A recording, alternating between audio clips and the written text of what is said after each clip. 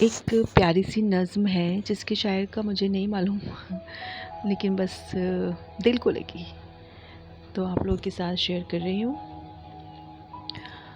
تعلق ٹوٹ جائے تو وہ یکسر ٹوٹ جاتا ہے، تو پھر ہم دیکھتے کیوں ہیں کسی کی سبز لائٹ کو؟ تو پھر ہم دیکھتے کیوں ہیں کسی کی سبز لائٹ کو، کسی واٹس ایپ اسٹیٹس کو، کسی کی ٹائم لائن پر کیوں ہم سرچ کرتے ہیں کہ ایک پوسٹ پر کسی نے اس سے پوچھا ہو تمہارا تھا کوئی پہلے، تو شاید بے خودی میں اس نے میرا نام لکھا ہو،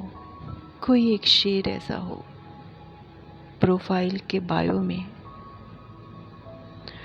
کوئی ایک شعر ایسا ہو پروفائل کے بایو میں، جدائی پر جو لکھا ہو۔ اسے کاپی کرو گے تم بہت مطلب نکالو گے،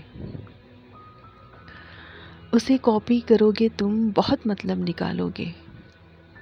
اسی کی ٹائم لائن پر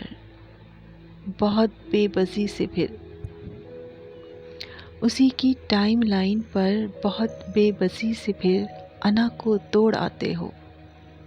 وہاں ایک لائک کی صورت، کسی کمنٹ کی صورت تم خود کو چھوڑ آتے ہو، یا اسی کی نئی پوسٹ پر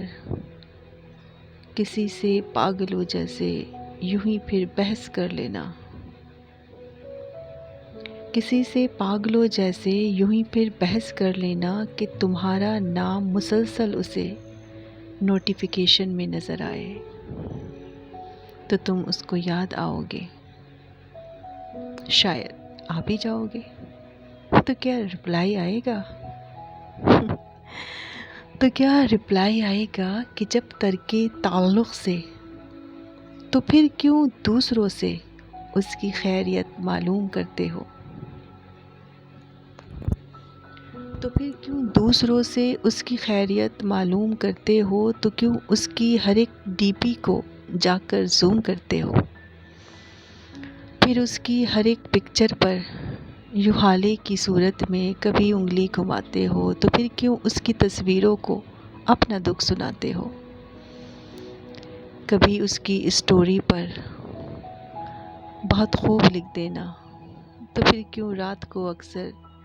کسی گڈ نائٹ پوسٹ پر اسی کو ٹیگ کرتے ہو، اور سونے سے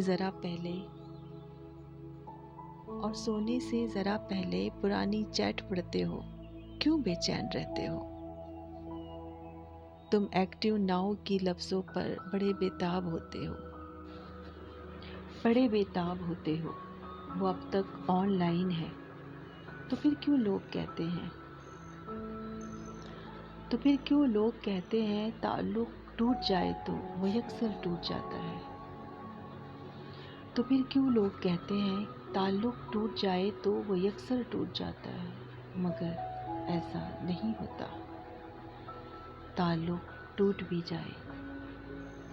ذرا سا پھر بھی رہتا ہے، تعلق ٹوٹ بھی جائے ذرا سا پھر بھی رہتا ہے، ذرا سا پھر بھی رہتا ہے۔